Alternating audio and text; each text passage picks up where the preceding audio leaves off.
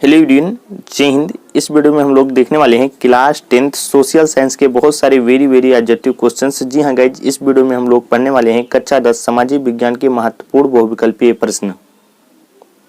इस वीडियो में हम लोग ऐसे क्वेश्चन को पढ़ने वाले हैं कि जो कि आपके बोर्ड परीक्षा 2022 में 101% आएगा, है ना स्टूडेंट। ऐसा क्वेश्चन आपको कहीं नहीं मिलेगा, ठीक है।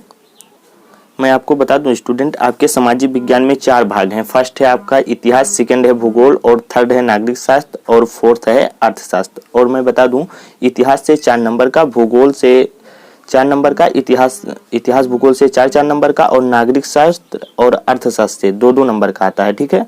2 नंबर के आता है। यानी कि अगर आप इस वीडियो को देख लेते हो तो आपका 12 नंबर, कितना नंबर, तो 12 नंबर एकदम पक्का हो जाएगा, ठीक है स्टूडेंट। इस वीडियो में हम लोग 12 नंबर एकदम पक्का करने वाले हैं सामाजिक विज्ञान से। और इस वीडियो में पूरे सामाजिक विज्ञान के जितने भी महत्वपूर्ण बहुविकल्पीय प्रश्न हैं सभी को हम देखने वाले हैं। यानी कि इतिहास से, भूगोल से, नागरिक शास्त्र से और अर्थशास्त्र से सभी से देखने वाले हैं। इस वीडियो में हम लोग NCERT के क्वेश्चन को भी देखेंगे, ठीक है स्टूडेंट। चलिए पहला प्रश्न देखते हैं। पहला प्रश्न है, राष्ट्रवाद का प्रारंभ जिस देश से हुआ वह है। मतलब आपको यहाँ पे बताना है कि राष्ट्रवाद का प्रारंभ जिस देश से हुआ वह है। ऑप्शन का है जर्मनी, ऑप्शन का है इटली, ऑप्शन का है फ्रांस, ऑप्शन का है इंग्लैंड। तो इन चारों ऑप्शन में से कौन सा ऐसा देश है जहां से राष्ट्रवाद का प्रारंभ हुआ, यानी राष्ट्रवाद शुरू हुआ। तो इसका सही आंसर है दोस्तों, राष्ट्रवाद कहाँ से शुरू हुआ था स्टूडेंट, तो फ्रांस से शुरू हुआ था, ठीक है। आई होप आप लोग समझ गए होंगे। यहाँ प्रारंभ का मतलब होता है शुरू होना, ठीक है। चलिए अगला क्वेश्चन देखते हैं। अगला क्वेश्चन है, नेपोलियन का संबंध किस देश से था।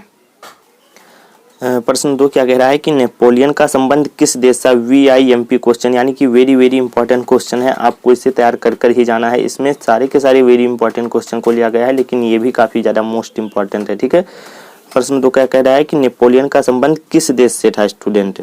जो नेपोलियन था उसका संबंध यानी कि रिलेशन किस देश से था। ऑप्शन का है इंग्लैंड, ऑप्शन का है इटली, ऑप्शन का है जर्मनी, और ऑप्शन का है फ्रांस। तो इन चारों में से किस देश से था नेपोलियन का संबंध स्टूडेंट, तो वह था फ्रांस से। कहाँ से था नेपोलियन का संबंध, तो इसका ऑप्शन घ सही है, फ्रांस से था, ठीक है। अगला क्वेश्चन देखिए। प्रश्न 3 देखिए स्टूडेंट, कह रहा है कि यंग इटली सोसाइटी, जो यंग इटली सोसाइटी थी उसका संस्थापक कौन था, ठीक है। यंग इटली सोसाइटी का संस्थापक कौन था। ऑप्शन का है गेरिबाल्डी, ऑप्शन का है बिस्मार्क, ऑप्शन का है मेजनी, और ऑप्शन का है काबूर। तो इनका सही आंसर है दोस्तों, जो यंग इटली सोसाइटी का संस्थापक था, प्रश्न 3 का सही आंसर है गा। कौन सा, गा, मेजनी। यंग इटली सोसाइटी का संस्थापक कौन था, तो मेजनी था, ठीक है। इसका करेक्ट आंसर हो जाएगा। प्रश्न 4 देखिए। प्रश्न 4 है, महात्मा गांधी दक्षिण अफ्रीका से वापस कब लौटे। जो हमारे महात्मा गांधी थे वह दक्षिण अफ्रीका से वापस कब लौटे थे, ठीक है। ऑप्शन का है 1914 में, ऑप्शन का है 1915 में, ऑप्शन का है 1919 में, ऑप्शन का है 1920 में। तो महात्मा गांधी दक्षिण अफ्रीका से वापस कब लौटे, तो 1915 में, 1915 में, ठीक है। चलिए अगला क्वेश्चन देखते हैं। प्रश्न 5 है, सविनय अवज्ञा आंदोलन कब चलाया गया। जो सविनय अवज्ञा आंदोलन है वह कब चलाया गया, मतलब कब शुरू किया गया, कब प्रारंभ किया गया। ऑप्शन का है 1919 में, ऑप्शन का है 1927 में, ऑप्शन का है 1930 में, ऑप्शन का है 1935 में। बहुत ही ज्यादा महत्वपूर्ण प्रश्न है, ठीक है ना स्टूडेंट। तो कह रहा है कि 1919 में, या फिर 1927 में, या फिर 1930 में, या फिर 1935 में। तो सविनय अवज्ञा आंदोलन कब चलाया गया। प्रश्न 5 का सही आंसर है दोस्तों, प्रश्न 5 का गा। इसका सही आंसर है गा, ऑप्शन का इसका करेक्ट है। 1930 में सविनय अवज्ञा आंदोलन चलाया गया था। तो आई होप आप लोग स्टूडेंट ये सारे के सारे क्वेश्चन आपको समझ में आ गए होंगे, है ना स्टूडेंट।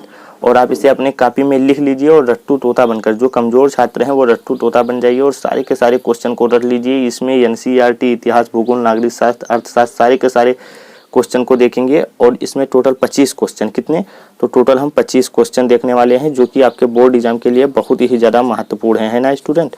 तो आपको इसे तैयार कर ही लेना है, ठीक है। आप इसे तैयार कर लीजिए, आपका 25 नंबर, मतलब सॉरी 12 नंबर बिल्कुल पक्का हो जाएगा 25 क्वेश्चन से, ठीक। प्रश्न 6 देखिए स्टूडेंट। प्रश्न 6 कह रहा है कि महात्मा गांधी ने असहयोग आंदोलन कब शुरू किया। जो हमारे महात्मा गांधी थे उन्होंने असहयोग आंदोलन कब शुरू किया था, यानी कि कब आरंभ किया, यानी कि कब प्रारंभ किया। ऑप्शन का है 1919 ईस्वी को, ऑप्शन का है 1920 ईस्वी को, ऑप्शन का है 1922 ईस्वी को, ऑप्शन का है 1923 ईस्वी को। तो इसका करेक्ट आंसर है जो महात्मा गांधी ने असहयोग आंदोलन कब शुरू किया था? तो इसका सही आंसर है दोस्तों प्रश्न 6 का, इसका सही आंसर है दोस्तों ऑप्शन घ 1923 ईस्वी को। कितने? 1923 को। जो महात्मा गांधी ने असहयोग आंदोलन शुरू किया था 1923 को शुरू किया था। ठीक है, आई होप आप लोग समझ गए होंगे और मतलब आपको याद भी होता जा रहा होगा। ठीक है, बहुत ही अच्छे से मैं बता रहा हूँ और आप कमेंट करके बताना कि आपको ये वीडियो कैसी लगी। ठीक है, चलिए प्रश्न 7 देखिए। प्रश्न 7 कह रहा है कि संयुक्त राष्ट्र, क्या कह रहा है कि संयुक्त राष्ट्र संघ का मुख्यालय कहाँ पर स्थित है?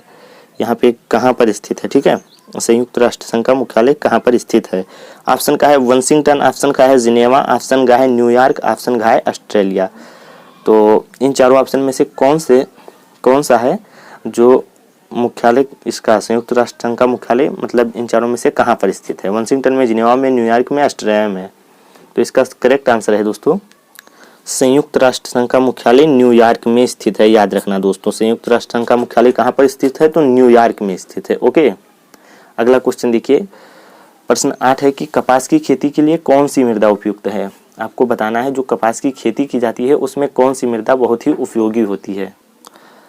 ऑप्शन का है कपास की खेती के लिए कौन सी मृदा उपयुक्त है? ऑप्शन का है काली मृदा, ऑप्शन का है लाल मृदा, ऑप्शन का है जलोढ़ मृदा, ऑप्शन का है लेटराइट मृदा। आई होप आप लोग इसे पढ़े होंगे, मृदा के प्रकार, उसमें आप पढ़े होंगे कि कितनी प्रकार की मृदाएं होती हैं, तो आप जानते होंगे। और कपास की खेती के लिए कौन सी मृदा उपयुक्त है? तो मैं आपको बता दूं कपास की खेती के लिए काली मृदा उपयुक्त है। आप ऐसे याद रख सकते हैं। यहाँ पे कह रहा है कपास की खेती, कपास से शुरू है और यहाँ पे काली मृदा, इन नाम से ही पता चल रहा है कि किसके लिए यह मृदा उपयुक्त है। मृदा का मतलब होता है मिट्टी। ठीक है, चलिए अगला देखते हैं। प्रश्न 9 है कि पंजाब में भूमि निम्नीकरण का मुख्य कारण क्या है? पंजाब में भूमि निम्नीकरण का मुख्य कारण क्या है? ऑप्शन का है गहन खेती, ऑप्शन का है वनोन्मूलन, ऑप्शन ग है अधिक सिंचाई, ऑप्शन घ है अति पशुचारण। तो जो पंजाब स्टेट है, पंजाब में जो भूमि निम्नीकरण का मुख्य कारण है वह है अधिक सिंचाई। पंजाब में भूमि निम्नीकरण का मुख्य कारण क्या है, मतलब मेन रीजन क्या है? तो अधिक सिंचाई है। ठीक है, याद रखना, ये भी काफी इंपॉर्टेंट क्वेश्चन है। अगला क्वेश्चन देखते हैं। प्रश्न 10 ये कह रहा है कि निम्नलिखित में से एक मिट्टी का प्रकार नहीं है। प्रश्न 10 क्या कह रहा है कि निम्नलिखित में से एक मिट्टी का प्रकार नहीं है। ऑप्शन का है काली, ऑप्शन का है पीली, ऑप्शन का है लेटराइट, ऑप्शन का है सीमेंट। मतलब आपको इसमें बताना है कि निम्नलिखित में से, निम्नलिखित मतलब होता है नीचे लिखे, एक मिट्टी का प्रकार नहीं है। ठीक है, तो काली मृदा मिट्टी का प्रकार नहीं है, या फिर पीली मृदा मिट्टी का प्रकार नहीं है, या फिर लेटराइट। तो आई होप आप लोग पहले ही पढ़ें कि काली पीली मृदा होती है, लेटराइट मृदा होती है। और यहाँ पे ऑप्शन जो घा है वह है सीमेंट। तो सीमेंट एक मिट्टी का प्रकार नहीं है। ठीक है ना स्टूडेंट, याद रखना सीमेंट एक मिट्टी का प्रकार नहीं है। ठीक है, इसका करेक्ट आंसर ऑप्शन घा है। और प्रश्न 11 देखिए। प्रश्न 11 कह रहा है कि भूदान आंदोलन, कौन सा आंदोलन? तो भूदान आंदोलन किसके द्वारा आरंभ किया गया? जो भूदान आंदोलन हुआ था वह किसके द्वारा शुरू किया गया था? ऑप्शन का है महात्मा गांधी के द्वारा, या फिर ऑप्शन खा है जवाहरलाल नेहरू के द्वारा, ऑप्शन गा है विनोबा भावे के द्वारा, ऑप्शन गा है इंदिरा गांधी के द्वारा। ठीक है, तो प्रश्न 11 का सही आंसर है विनोबा भावे के द्वारा। भूदान आंदोलन, यहाँ पे कह रहा है भूदान और इसमें भा आ रहा है। ठीक है, लास्ट में, तो आप यहाँ पे ऐसे याद रख सकते हैं भूदान और यहाँ पे विनोबा भावे। तो इसका करेक्ट आंसर है विनोबा भावे। ठीक है, मुझे उम्मीद है कि आप लोग ये सारे के सारे क्वेश्चन समझ गए होंगे, है ना स्टूडेंट। ठीक है, आप ये सारे के सारे क्वेश्चन समझ गए होंगे। ठीक है, तो चलिए अब हम लोग अगला क्वेश्चन देखते हैं। प्रश्न कितना? प्रश्न 12 देखते हैं, जो कि काफ़ी इम्पॉर्टेंट है ना स्टूडेंट। तो फाइनली देखिए स्टूडेंट, यहाँ पे मैं उसे ले लिया हूँ। प्रश्न 12 देखिए, निम्नलिखित में से कौन सी रबी की फसल है? आपको यहाँ पे बताना है कि निम्नलिखित में से कौन सी एक रबी की फसल है। ऑप्शन का है धान, ऑप्शन का है बाजरा, ऑप्शन का है गेहूं, ऑप्शन का है मक्का। तो इन चारों में से कौन सी एक रबी की फसल है स्टूडेंट? प्रश्न 12 का सही आंसर है प्रश्न 12 का ऑप्शन का कौन सा? गेहूं। गेहूं एक रबी की फसल है। ठीक है, आई होप आप लोग पढ़े भी होंगे रबी की फसल और खरीफ की फसल। ठीक है, तो आप जानते होंगे। तो अगला क्वेश्चन देखिए। प्रश्न 13 है कि निम्नलिखित, क्या कह रहा है कि निम्नलिखित, यहाँ पे आपको बताना है कि निम्नलिखित में से कौन सी एक रसेदार फसल है। कौन सी? तो रसेदार फसल है। ऑप्शन का है जूट, ऑप्शन का है कॉफी, ऑप्शन का है जौ, ऑप्शन का है रबर। तो निम्नलिखित में से कौन सी एक रसेदार फसल है? प्रश्न 13 का सही आंसर है दोस्तों जूट। जूट एक रसेदार फसल है। ठीक है, आई होप आप लोगों को समझ में आ रहा होगा। ठीक है, अगर समझ में नहीं आता है तो आप बताना। ठीक है,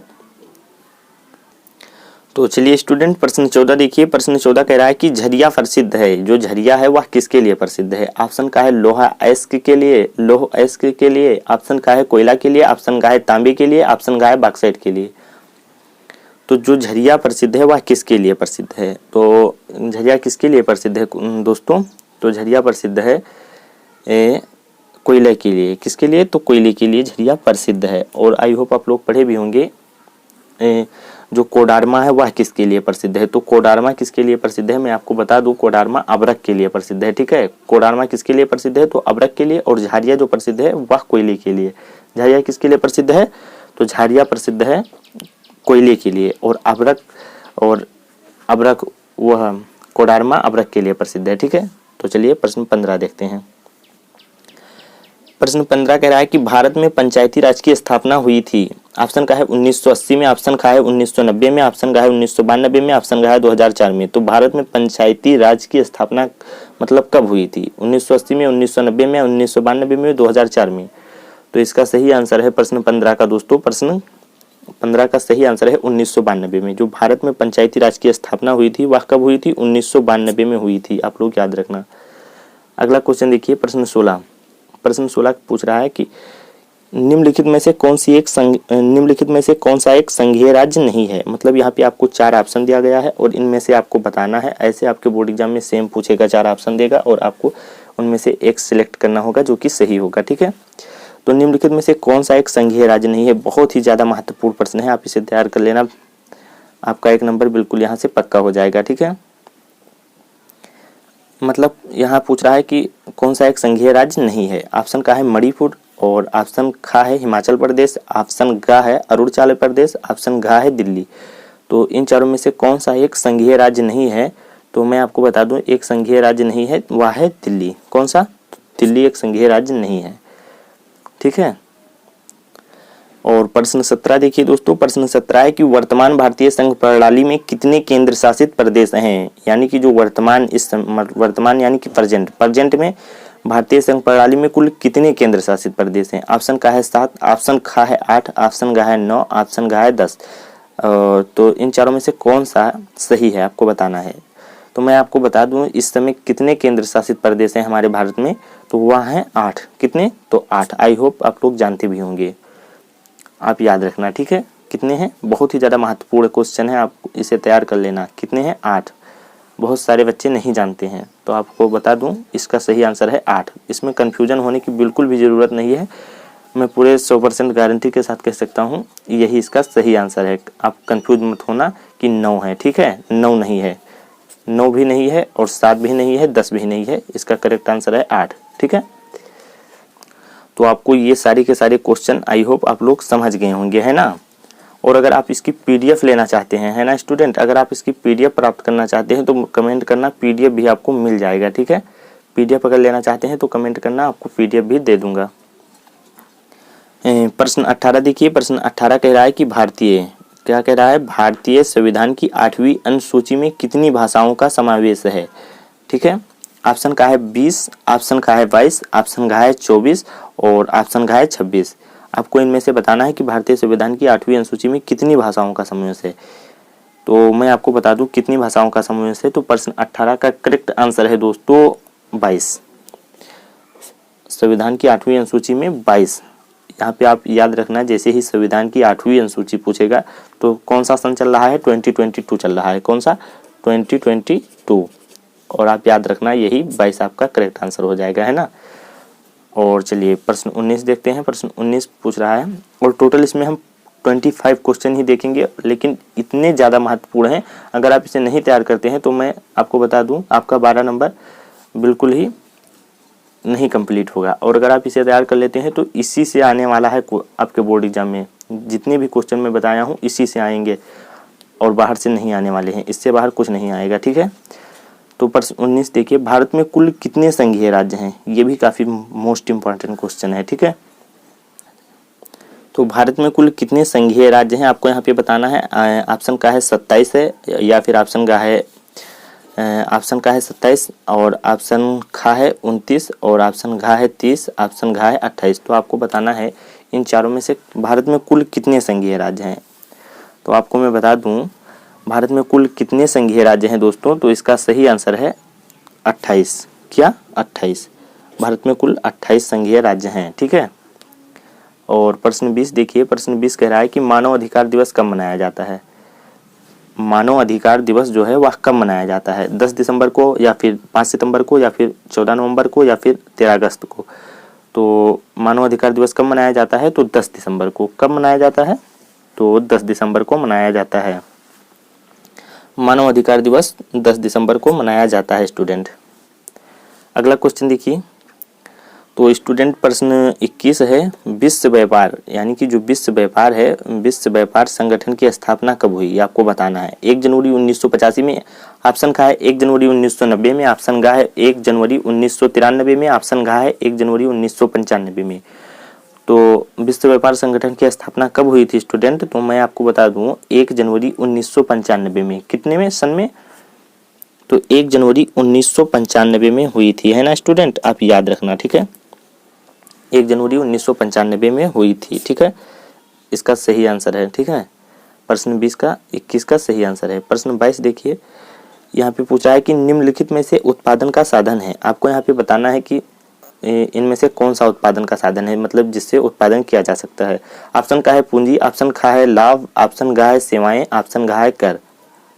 तो इनमें से अगर हमारे पास पूंजी है तो हम उत्पादन बहुत अच्छे तरीके से कर सकते हैं और लाभ प्राप्त कर सकते हैं, ठीक है, ना कि हम कर लेकर उत्पादन कर सकते हैं, ठीक है। तो हम उत्पादन जो कर सकते हैं पूंजी से ही कर सकते हैं, ठीक है स्टूडेंट। किससे उत्पादन कर सकते हैं, तो पूंजी से उत्पादन हम बड़े आसानी से कर सकते हैं।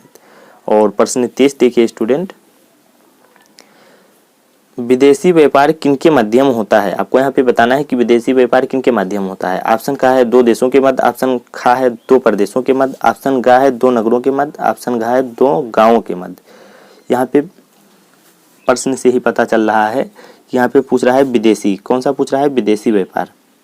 तो विदेशी व्यापार 2 गांवों के मध्य थोड़ी ना होगा, ना ही 2 प्रदेशों के मध्य होगा, ना ही 2 नगरों के मध्य होगा। काफी इजी क्वेश्चन है। अगर विदेशी व्यापार होगा तो 2 देशों के मध्य ही होगा, ठीक है। विदेशी व्यापार किनके माध्यम में होगा, तो 2 देशों के मध्य होगा, ठीक है। किनके माध्यम में होगा, तो विदेशी व्यापार 2 देशों के मध्य में होगा, ठीक है।